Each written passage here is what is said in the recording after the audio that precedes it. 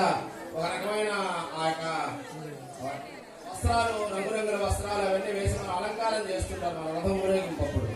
దానికి కూడా ఒక 50,000 రూపాయల వస్త్రాలకు కూడా వారు దానం చేస్తున్నారు దేవాలయానికి.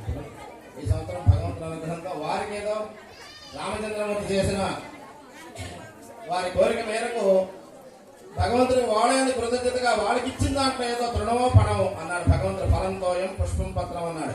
నువ్వు లక్షల కోట్లు ఆయనకి రాసిపోయే పర్లేదు. ఒక 1000 కొబ్బరికాయలు కొట్టడం వల్ల 100 కొబ్బరికాయలు. భక్తి ప్రాముఖ్యత, ఆ భక్తి స్థితిలో తృణమో పణమో ఫలంతోయం పుష్పం, ఏదైనా పండో పణమో పుష్పమో తులసీదళమైనా సరే చివరికి దేవాలయానికి వెళ్ళి తీసుకువెళ్ళమని చెప్పారు. అలా ఇంకా ఎవరైనా సరే వాహనాలు కూడా దాదాపుగా బాగు చేయించారు. భజంత్రీలు అమ్మవారికి స్వామివారికి మాంగళ్యధారణ జరుగుతుంది. అందరూ నమస్కారం చేసుకోండి ఒకసారి.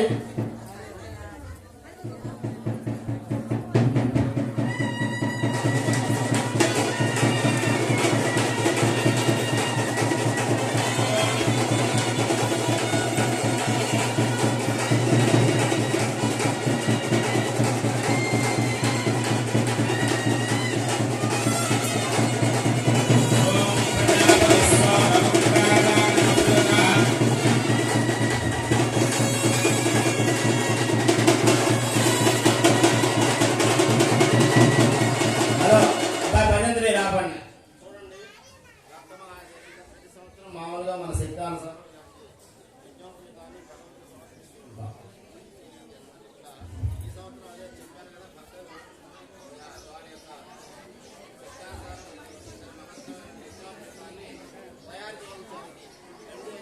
అన్నమాట. ఇదే బంగారు యజ్ఞోపేతం కూడా కావాలి ఎవరైనా సరే మీకు ఆయన భగవంతుడు మనకి ఇచ్చినట్టు మనం భగవంతుడికి ఇస్తాం. అలా కావాలని ఆక్షాసిస్తున్నారు. ఇదే యజ్ఞోపేతం బంగారు కూడా ముందు స్వామివారికి ధరింపజేసేటట్టుగా మీరు అందరూ కోరుకోండి. ఆ రామచంద్రమూర్తి మనకి బలం ఇస్తాడు, మనం కూడా ఉన్నదాంట్లో ఇస్తాం. అది మేడం